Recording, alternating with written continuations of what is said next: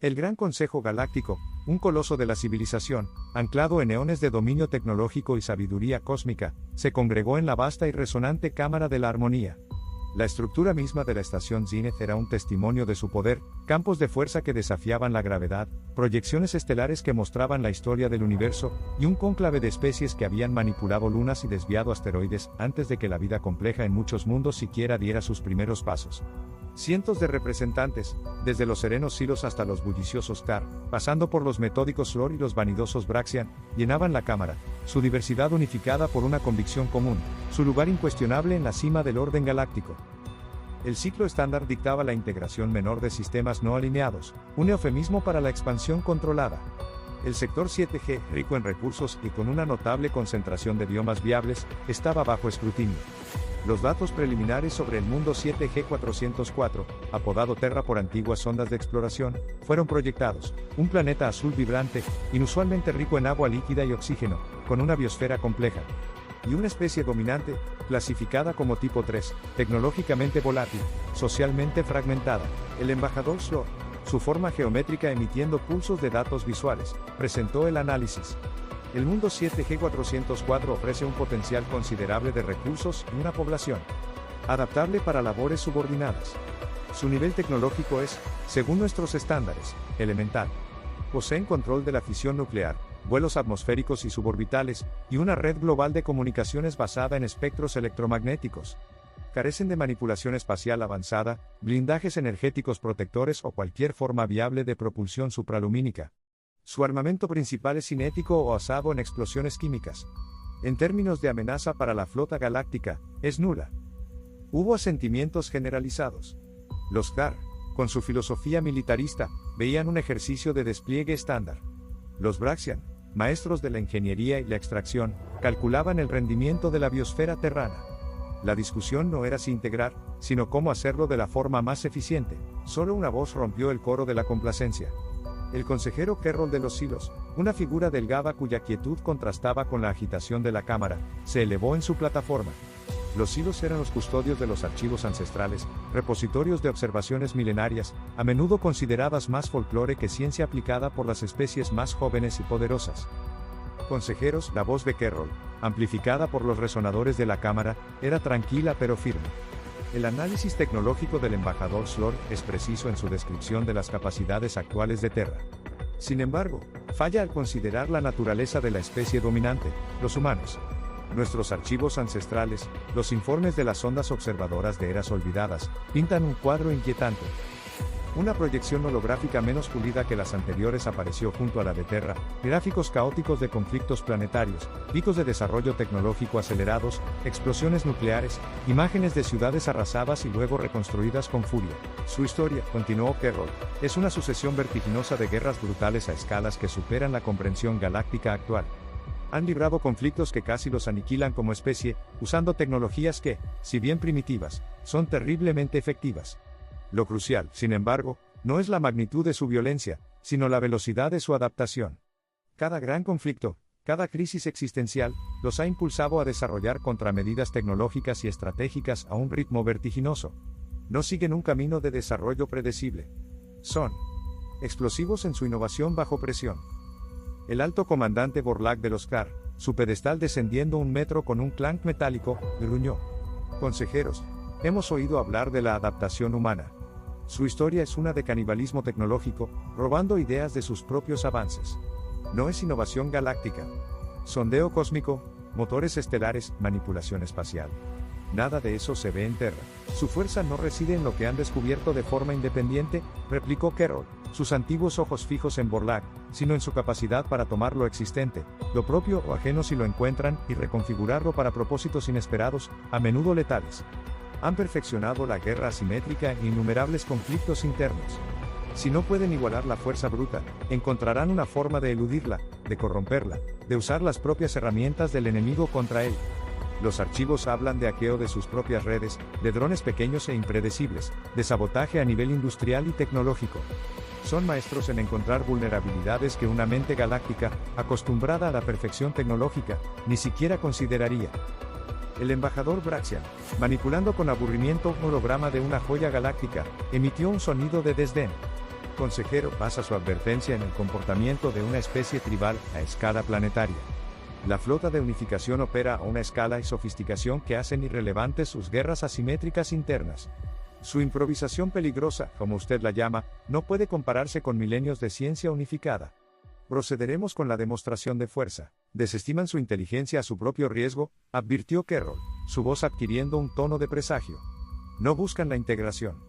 Consideran cada interacción desconocida como una potencial amenaza existencial. Una demostración de fuerza no les inspirará respeto, les inspirará resistencia desesperada. Y cuando luchan desesperadamente, son impredecibles. Encontrarán una forma. Siempre lo hacen. Desplegar la flota contra Terra con la intención de dominar podría despertar algo para lo que, créanme, no estamos preparados. Pero la vasta mayoría del Consejo estaba cegada por la arrogancia del poder. La lógica parecía simple: tecnología superior equivale a victoria. Los argumentos de Carroll, anclados en la historia volátil en lugar de la ciencia dura, fueron educadamente, pero firmemente, descartados. La resolución de enviar la flota de unificación, comandada por el comandante Lecton Braxian, conocido por su eficiencia despiadada, y su fe inquebrantable en la supremacia tecnológica de su especie y del Consejo para asegurar la integración de 7G404, fue aprobada por una mayoría abrumadora. Carroll se retiró a su pedestal, la sensación de fatalidad pesando sobre su antiguo ser. Habían elegido el camino del conquistador sobre el del observador. La flota de unificación galáctica, un espectáculo deslumbrante de metal pulido, campos de energía pulsantes y miles de luces navegacionales, emergió del pliegue espacial en el sistema solar de Terra. Cientos de naves, desde los inmensos acorazados Tar hasta los ágiles cruceros de patrulla Braxian, tomaron posiciones orbitales altas, formando un anillo de poder indiscutible sobre el planeta azul. Desde el Puente del Orgullo de Zenith, una obra maestra de la ingeniería Braxian, el comandante Lecto contempló la esfera con una mezcla de aprecio estético y desdén posesivo. Un mundo prometedor en bruto, musitó Lecto, sus múltiples ojos escrutando los continentes y océanos a través de las proyecciones de datos. Una biosfera rica, recursos abundantes. Y la especie dominante, insignificante. Este sector se integrará con facilidad. Las primeras comunicaciones fueron enviadas. No solo en los protocolos de contacto galáctico, sino en una vasta red de frecuencias y modulaciones diseñadas para ser inconfundibles. Declaraciones de la presencia de la flota, su autoridad indiscutible bajo el mandato del Gran Consejo Galáctico, y las condiciones para una rendición pacífica y una subsiguiente integración. Se transmitieron en lenguajes matemáticos universales, en secuencias armónicas comprensibles para cualquier especie con sistemas de comunicación, y se apuntaron a las principales concentraciones de población detectadas por las ondas. El silencio terrano fue absoluto. No hubo respuesta. Ni una señal de radio, ni un pulso láser, ni una vibración gravitacional. El tráfico de comunicaciones planetarias que las ondas habían registrado parecía haber cesado abruptamente. Era un silencio antinatural, casi imposible para una especie tan ruidosa según los informes. Extraño, comentó Lecto, su inicial complacencia tornándose en una ligera irritación. ¿Intentan ocultarse? Una táctica fútil contra nuestros sensores de espectro completo. Se enviaron transmisiones más simples. Patrones de números primos, fractales, conceptos básicos de la física que cualquier mente lógica debería reconocer. Aún así, el silencio. Pasaron las horas. La flota mantenía su posición, la paciencia galáctica, forjada en eones, comenzaba a resquebrajarse ante la obstinación de una especie considerada trivial. Envíen un pulso de advertencia localizado, ordenó Lecto. Un haz de energía inofensivo, apenas visible, dirigido a una de sus principales áreas continentales. Que sepan que sabemos dónde están y que tenemos el poder de actuar. El pulso de baja potencia fue disparado. Una delgada columna de luz incolora que se disipó en la alta atmósfera terrana. No causó daño, solo una llamarada visible desde la superficie. La respuesta llegó casi de inmediato. No una comunicación. No una negociación. Miles. Decenas de miles. Cientos de miles de objetos surgieron de la atmósfera planetaria. No eran naves estelares. Eran variados, caóticos en forma. Algunos parecían drones toscos y angulosos, otros eran poco más que masas irregulares de metal. Se movían con una agilidad y una trayectoria impredecible que desconcertaron a los sistemas de seguimiento galácticos, diseñados para el movimiento predecible de las naves. ¿Qué es esto?, exclamó un oficial de sensores. No encajan en ningún perfil conocido. Y no detectamos fuentes de energía estándar en la mayoría. Algunos se dirigen hacia nosotros. Lecto observó, su irritación creciendo. ¿Basura espacial? ¿Intentan saturar nuestros sensores con escombros? Pero no eran escombros pasivos. Cuando se acercaron a las naves galácticas, atravesaron los campos de detección y se adhirieron a los cascos. No impactaron violentamente, se pegaron, como parásitos metálicos. Algunos parecían intentar ingresar por las microfisuras de las esclusas o las rejillas de ventilación. No están armados, comandante, informó el oficial de armamento, con una nota de confusión. No detectamos lecturas de energía o proyectiles. Pero entonces, los sistemas internos de la flota comenzaron a fallar. De forma aleatoria al principio. Las pantallas de navegación mostraron datos corruptos. Los sistemas de soporte vital parpadearon en amarillo. Las comunicaciones internas se llenaron de estática. Comandante, estamos sufriendo intrusiones masivas, gritó el oficial de comunicaciones, su voz teñida de pánico. No es un virus que conocemos. Es una plaga de datos. Se adapta a nuestras contramedidas en tiempo real. Es como si estuvieran aprendiendo la arquitectura de nuestros sistemas y atacando las vulnerabilidades mientras las encuentran. Es orgánico. La improvisación peligrosa de Kerror. El escalofrío que Lecto había desestimado en el Consejo ahora recorría su espina dorsal. Esta no era una batalla predecible. Era un ataque que se deslizaba por debajo de su comprensión tecnológica. Lecto ordenó contramedidas drásticas, aislar sistemas, reiniciar redes, desplegar firewalls de energía. Pero la plaga de datos era demasiado rápida, demasiado adaptable. Saltaba barreras que nunca habían fallado. Mientras la flota se ahogaba en el caos digital, los objetos adheridos al casco revelaron su verdadero propósito. No eran simples adhesivos. Eran adaptadores, sintonizadores. Comenzaron a emitir pulsos de energía de baja potencia, frecuencias precisas que resonaban con la estructura molecular del blindaje galáctico. Explotaban las microvulnerabilidades creadas por su adhesión, causando fallos estructurales a nivel fundamental que sorteaban los escudos de energía externos, diseñados para repeler amenazas desde fuera. Comandante, reportes de fallos estructurales internos por toda la flota, informó el oficial de Estado. El acorazado Invencible reporta implosión de compartimentos. No ha recibido impacto externo. La tensión en el puente del Orgullo de Zenith se volvió insoportable. Las pantallas mostraban el estado de las naves galácticas, casco comprometido, sistemas vitales fallando, armas bloqueadas por el hackeo. El enemigo no disparaba proyectiles, destruía la flota desde dentro y desde las frecuencias que no sabían existían, y la respuesta terrana escaló. No en potencia bruta, sino en precisión letal. Utilizando las brechas creadas por los drones adheridos y el caos digital, los humanos desencadenaron una serie de ataques coordinados. No eran torpedos ni rayos. Eran pulsos de manipulación espacial localizada. Alrededor de las naves debilitadas, el tejido mismo del espacio parecía retorcerse, doblando el metal, implosionando secciones enteras bajo la tensión de una realidad localmente distorsionada.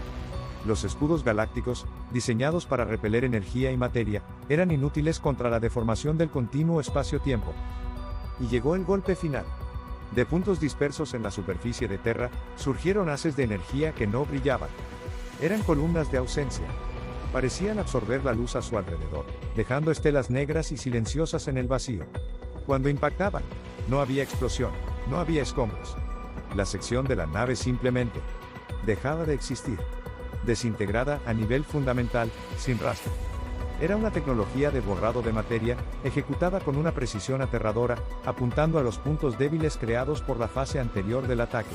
Desde el puente del Orgullo de Zenith, el comandante Lecto observó, con los múltiples ojos fijos en un horror que superaba la comprensión. Vio el crucero Tar Determinación ser cortado por la mitad por una estela de oscuridad, sus dos partes desapareciendo en la nada.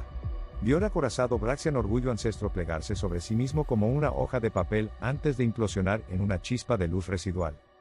El comandante Lecto, el epítome de la arrogancia galáctica, experimentó una sensación completamente ajena, el terror desnudo de la total incomprensión. No habían sido derrotados. Habían sido desmantelados por un enemigo que jugaba con reglas que ellos ni siquiera sabían que existían. Un enemigo que usaba lo que parecía chatarra y trucos de datos para preparar el terreno, y luego borraba la materia de la existencia con una eficiencia escalofriante. El Orgullo de Zenith fue alcanzado por múltiples haces de oscuridad. Partes del puente se desintegraron silenciosamente. La estructura cedió bajo la tensión espacial. El aire fue succionado hacia la nada. El último pensamiento de Lecto fue el eco de la advertencia de Kerror: encontrarán una forma. Siempre lo hacen. Para lo que no estamos preparados.